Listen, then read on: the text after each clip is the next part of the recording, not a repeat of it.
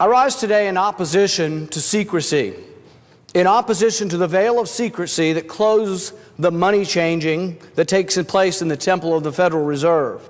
While the money changes hands, the moneyed class gets richer and the middle class gets shortchanged. It is more than time to part the curtain that hides the trillions of dollars that change hands. There is a revolving door from Wall Street to the Treasury, to the Fed, and back again. We have former secretaries of Treasury who go from government to Wall Street pocketing hundreds of millions of dollars. I've called repeatedly for transparency at the Federal Reserve so Americans can see what is being done with their money supply. Every time I call for transparency, people from both sides have said transparency would undermine Fed independence. Problem is, Congress created the Fed, and Congress was intended to have oversight over the Fed, and as time has gone on, we've lost that oversight, so independence has really led to abuse. Some say, well, the Fed is already audited each year. The Investigator General, who is responsible for auditing the Fed, came to Congress in 2009, and here's what she had to say during question and answer in a House committee. A congressman asked, what have you done to investigate the off-balance sheet transactions conducted by the Federal Reserve, which, according to Bloomberg, now total $9 trillion in 8 months? She fumbled, she repeated herself, she looked silly, and then she said, I think it may be important at this point to yada, yada, yada. Then several yadas later, this bombshell. We do not have the jurisdiction. This is the auditor. We do not have the jurisdiction to directly go out and audit the Reserve Bank. So really, there is no audit to the Federal Reserve. So don't let anybody tell you that we already have an audit. No meaningful audit of the Fed exists. And when the primary auditor and overseer of the Fed was asked about $9 trillion, the inspector had no clue what had been purchased with the money. Is there a chance that the Fed only has our best interests at heart? Sure. But when trillions of dollars change hands, wouldn't you want to know who got the money and did anyone enrich themselves in the process? $9 trillion is over half our entire national debt. This is money that ultimately becomes debt for all of us. It's being doled out in secret by our central bank. This is, in a sense, laundering money from the American people to bail out big banks and Wall Street. This month, we learned that the Fed's official balance sheet has reached an astounding $4 trillion. To put that in perspective, the balance sheet of the Fed is now larger than the fourth largest economy in the world, Germany. Transparency at the Fed would not hurt the Fed, but a complete lack of transparency continues to hurt and cheat the rest of us.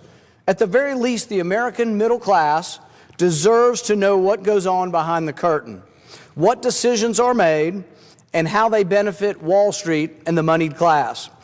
Being secret and reckless with trillions of dollars is only the tip of the iceberg when it comes to the problems associated with the Fed. The history of the Federal Reserve has also been the history of the devaluation of the dollar. There was a time when the dollar was as good as gold. When the people grew restless or concerned that the government was debasing the currency, the people would simply express their displeasure by exchanging their paper for gold. Convertibility was a check and a balance against kings and queens and any form of government that chose to spend money that they did not have. When the government borrowed from the currency by diluting its value, the people had recourse to protect themselves. Now the great American dollar that was once backed by gold is backed by promises. For many decades, the dollar was said to be backed by the full faith and credit of the federal government. Trust lingered from the historical evolution from barter to a medium that people valued, such as gold or silver. That trust the trust that still exists today lingers from the 1,000-year history when currency had inherent value. And when paper substitutes were used, they could always be exchanged for something of real value. After World War II, we instituted a partial gold standard that allowed foreign countries to exchange their paper for gold, and exchange they did. During the 60s, as the U.S. inflated and borrowed to pay for the war on poverty and the war in Vietnam, foreign countries became skittish and turned in their dollars by the millions. Nearly half of the gold reserves were removed by foreign countries in the space of a few years. President Nixon closed the gold window in 1971, and that was that. The last link to gold was severed.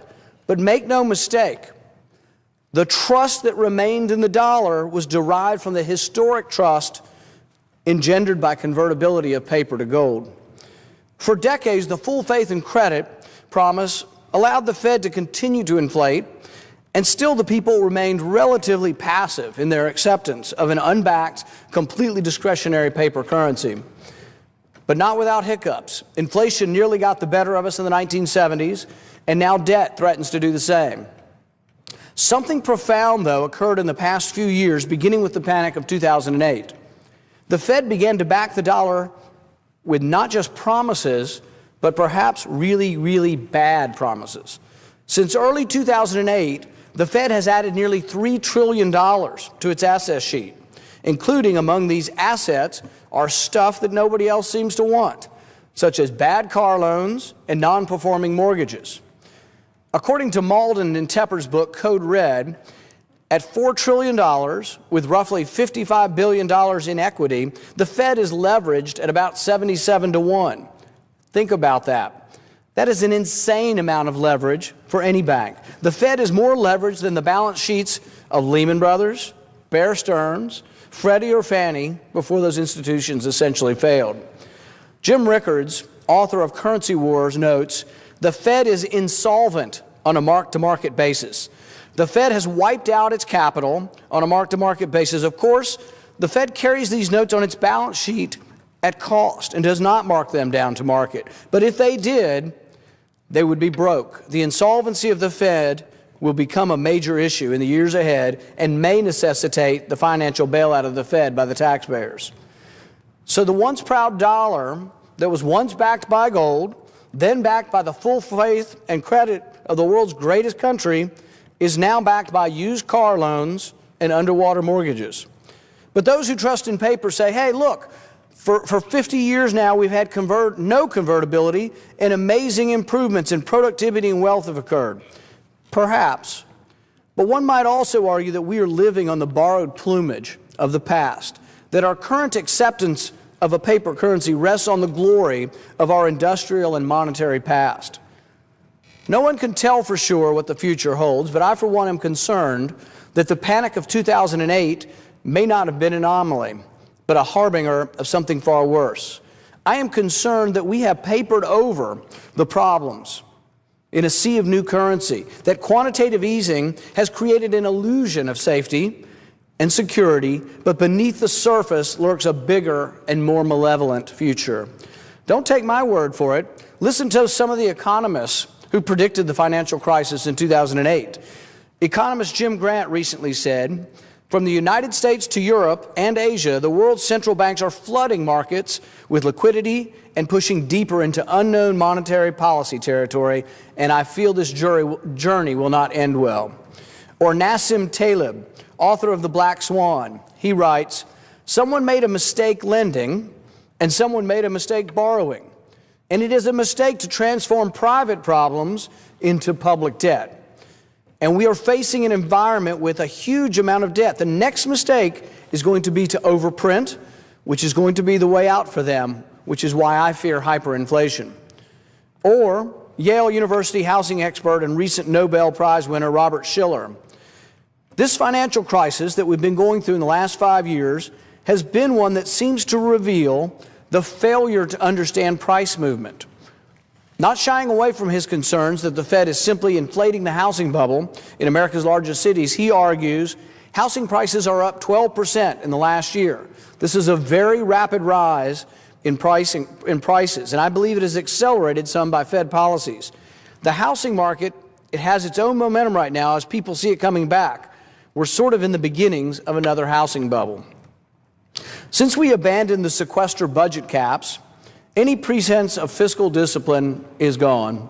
Politicians can attempt to obfuscate the truth with promises of spending restraint in the outlying years, But everybody knows that the promise to cut in the out years is a pipe dream, and that all that really counts is the first 2 years of the Ryan-Murray plan that will add over $60 billion in new spending.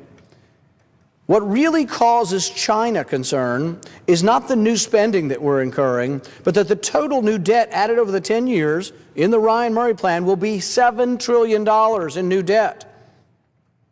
China's response to our fiscal lack of discipline was to downgrade our debt. Our $17 trillion debt is manageable only when the Fed is buying it and only with low interest rates. China's Dagang Global Credit Rating said in their statement on the downgrade, "The deal means only an escape from a debt default for the time being, but hasn't changed the fact that the growth of government borrowing has largely outpaced overall economic growth and fiscal revenues." These are facts, and both sides, Republicans and Democrats, are ignoring the facts. China, when they downgraded us, said it, and you cannot escape this fact. The growth of mobilizing people, it's about dialing for corporate dollars. These two parties have sold the U.S. government and the American people to the highest bidders.